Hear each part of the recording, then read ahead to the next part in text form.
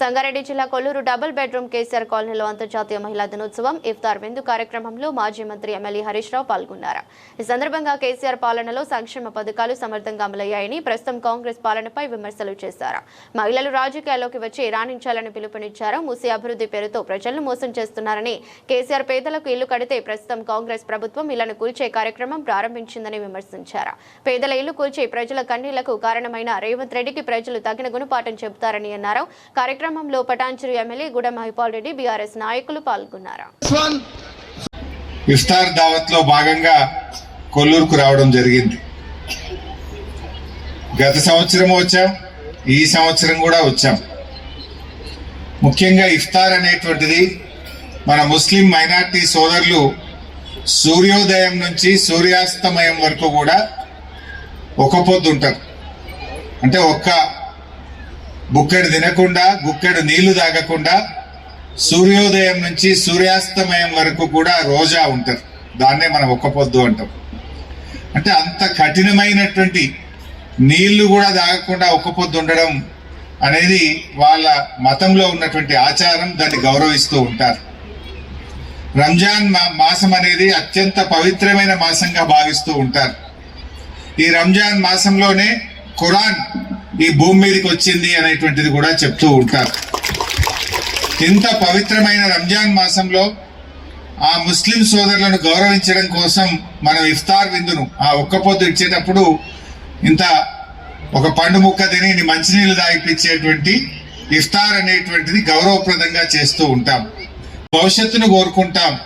ఈ సమాజం అందరూ కూడా చల్లగా ఉండాలనే వాళ్ళు అల్లాను ప్రార్థిస్తారు, మనము భగవంతుణ్ణి ప్రార్థిస్తాం. వాళ్ళు ఖురాన్ను చదువుతారు, మనం భగవద్గీతను చదువుతాం.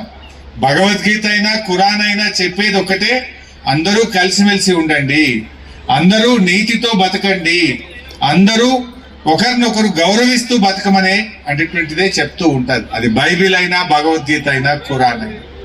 మరి ఈరోజు ప్రపంచమంతా కూడా యుద్ధం జరుగుతూ ఉంది.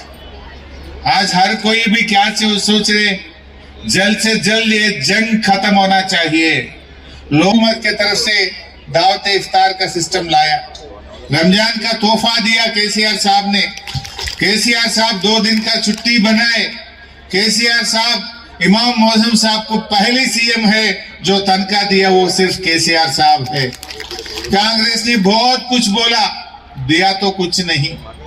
4000 बजट नहीं दिया. नौजवान बच्चे को सालाना 1000 करोड़ बेरोजगार लोगों को बेरोजगार के लिए देंगे बोले, 1 रुपया भी आज तक नहीं दिया.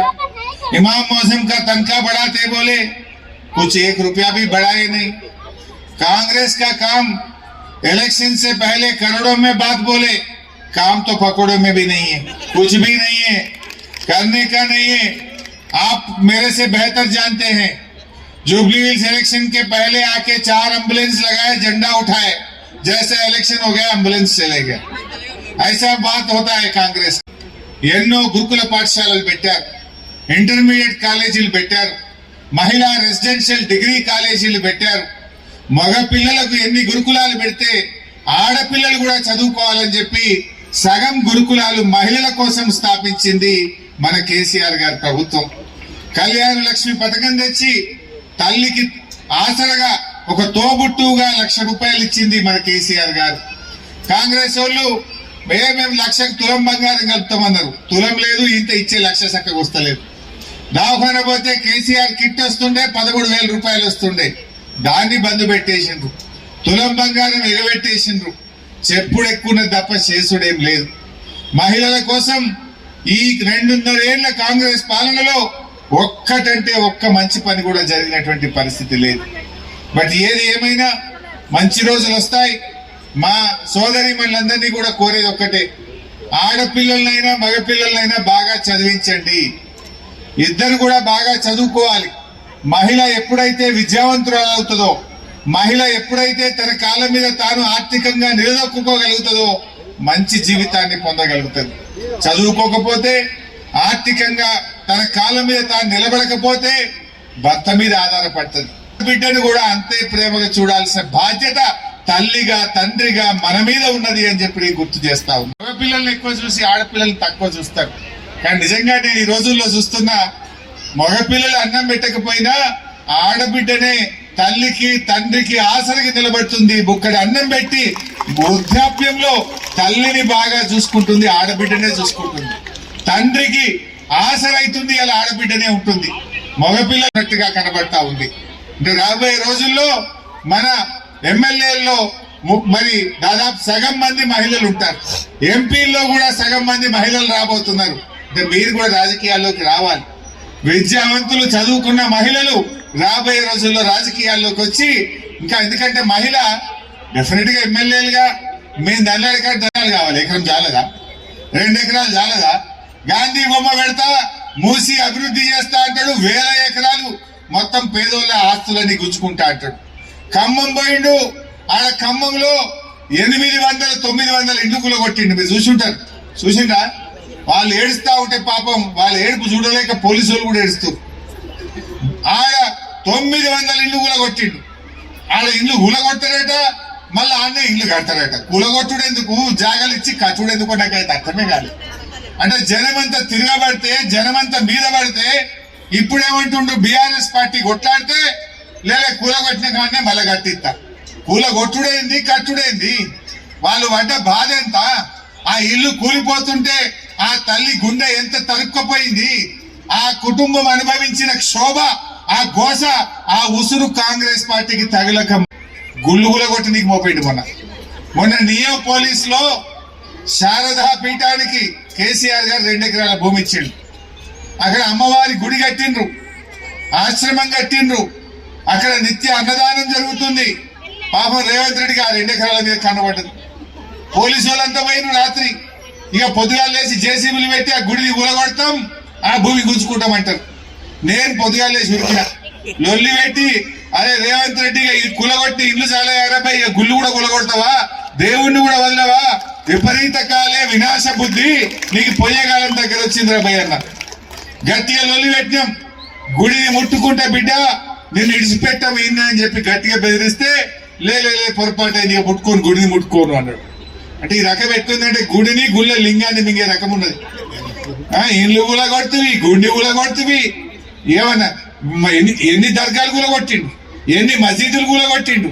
మసీదు కూలగొట్టుడు, గుళ్ళు కూలగొట్టుడు, దర్గాలు కూలగొట్టుడు, భూములు కబ్జాలు పెట్టుడు, యూనివర్సిటీలు పిల్లలు చదువు. పటాన్చెరు నియోజకవర్గంలో భాగంగా గ్రేటర్ హైదరాబాద్ కేసీఆర్ నగర్లో తెల్లాపూర్ డివిజన్లో ఇఫ్తార్ విందు, మహిళా దినోత్సవము, ఈ కార్యక్రమాలకు tent house opening, water plant opening కోసం ముఖ్య అతిథిగా వచ్చిన పెద్దలు హరీష్ అన్న గారు సమస్యలను గతంలో కేసీఆర్ గారు ముఖ్యమంత్రి ఉన్నప్పుడు పటాన్చెరు నియోజకవర్గంలో ఇంచుమించు 40,000 ఇల్లు డబుల్ బెడ్రూమ్లకు ల్యాండ్ కేటాయించడం జరిగింది.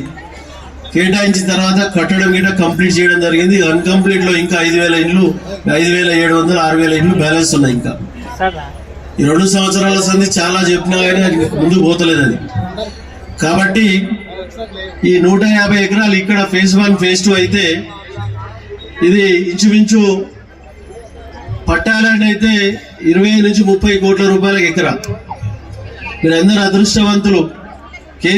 కేసీఆర్ గారు బొమ్మ పెట్టుకొని మీరు 24 గంటలు దేవుళ్ళగా మొక్కాలి.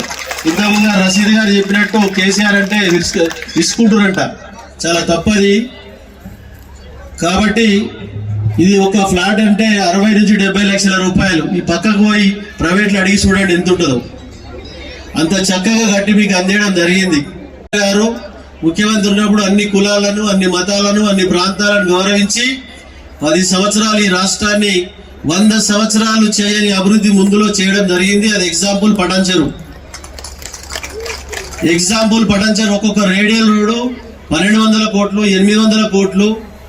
ఈరోజు తెల్లాపూర్ రోడ్డు చూడండి. ఎందుకు చెప్తున్నారంటే మేము ఒక 2014లో శాసనసభ్యుడు అయినప్పుడు, అంతకుముందు మేము గిట్ట 90 నుంచి రాజకీయాలు ఉన్నాం. 1 లక్ష రూపాయలు కావాలంటే చెప్పులు అరిగిపోయినాయి. ఈ 2 సంవత్సరాల అదే పరిస్థితి. 475 కోట్ల రూపాయలు మన నియోజకవర్గానికి పాత గవర్నమెంట్ మన ముఖ్యమంత్రి కేసీఆర్ గారు ఉన్నప్పుడు హరీష్ అన్న ఆధ్వర్యంలో ఆశీర్వాదంతో మనకు 475 కోట్ల రూపాయలు శాంక్షన్ అయితే ఫౌండేషన్ వేసి జీవోలు ఇచ్చిన తర్వాత క్యాన్సిల్ కావడం జరిగిందని మీ అందరికి తెలియజేస్తా ఉన్నాం.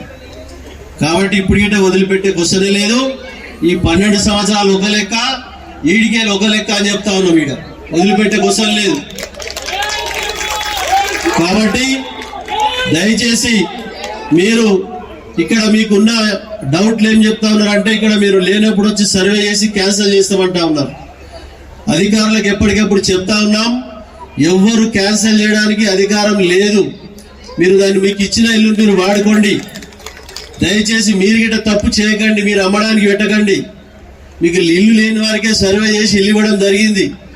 మన దగ్గర ఇట్లా కొద్దిగా తప్పు పెట్టుకొని ఎదుటలో నడవడం కాదు. మీరు తప్పకుండా ఏ ఇల్లు కేటాయించినామో ఆ ఇంట్లో మీ భార్య బిడ్డలతో సుఖంగా ఉండమని చెప్పి నేను ప్రత్యేకంగా మిమ్మల్ని కోరుతా ఉన్నా. కాబట్టి ఆ విధంగా మీరు అందరూ ఆలోచన చేయండి. తప్పకుండా ఇంతకుముందు మీరు కోరిన మేరకు చర్చ్ కానీ మసీద్ కానీ